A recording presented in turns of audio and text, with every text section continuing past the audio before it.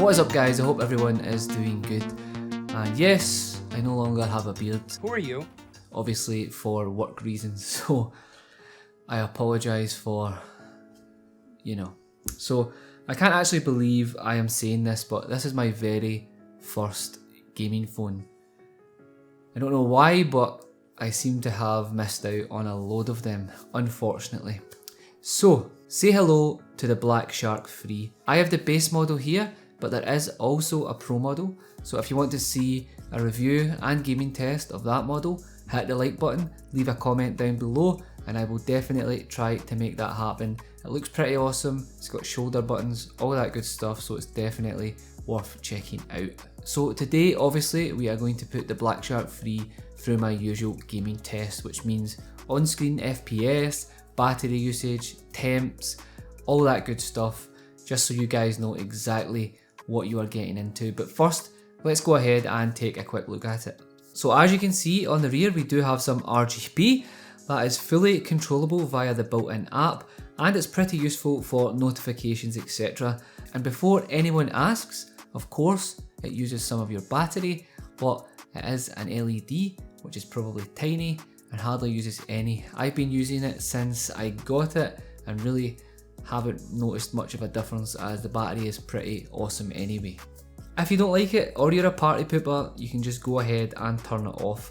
Design wise, this just looks pretty crazy and in your face, and I'm loving it. It definitely screams gamer. On the front we have a huge Full HD Plus 90Hz AMOLED panel that looks absolutely stunning when consuming content, and also supports HDR10+ and features an insane 270Hz touch sampling rate. And one of my favourite features of any smartphone is here, dual front facing speakers, and boy do they sound awesome. Honestly, if you're into gaming, you will know what I'm talking about. Dual front facing speakers is the way to go. Even if you're not into gaming and just love watching YouTube, you will know we need these. One speaker on the bottom is just not acceptable. So on the left hand side at the bottom, you will also find a switch. Go ahead and slide it on and you are in the shark space. In here you will find all of your downloaded games and loads of options to ensure no one is going to disturb your session, so you can go ahead and disable notifications, incoming calls, and all that good stuff. In the Gamer Studio we can tweak the performance and even enter ludicrous mode, which gives you the phone's full potential. You can choose what refresh frequency you want, and I suggest setting it to 90Hz if you want a full 90 FPS in games. There is also plenty of adjustments that can be made to the touch and audio to get your perfect settings dialed in.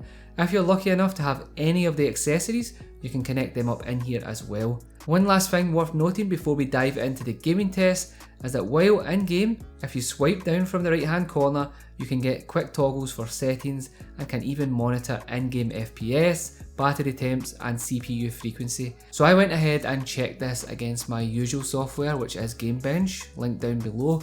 Obviously that measures all the data that we need to know in-game FPS and all that stuff, and Xiaomi's version is pretty accurate, so I definitely can't complain there. So it's awesome to actually have this built into the phone, so if you're interested you can go ahead and look at the data as well. So while this is the base model, it has all the best specs as you can see on the screen now.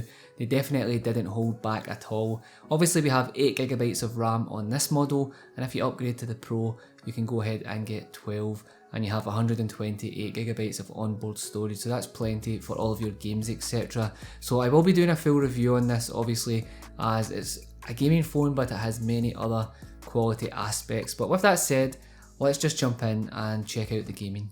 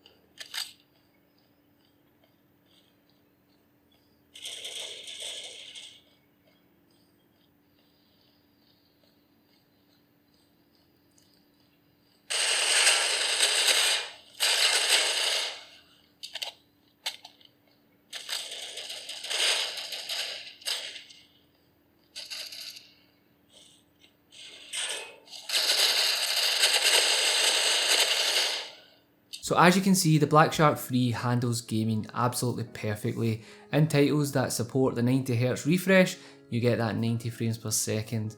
And honestly, gaming on it is just super smooth. I absolutely love it. In terms of battery drain, after 30 minutes of solid Call of Duty Online, we only lost about 5%, which isn't too terrible at all. And to clarify, this was using Wi-Fi, just in case anyone is interested, and obviously using the Shark mode. I will say that the Black Shark 3 has some awesome cooling going on. Even in ludicrous mode, I didn't really feel this heating my hands up or making them sweat, etc., which is absolutely awesome. And the highest temperature that we've seen was 32 degrees using my thermometer, and that's pretty much in line with the temperature that's reported in the handset software.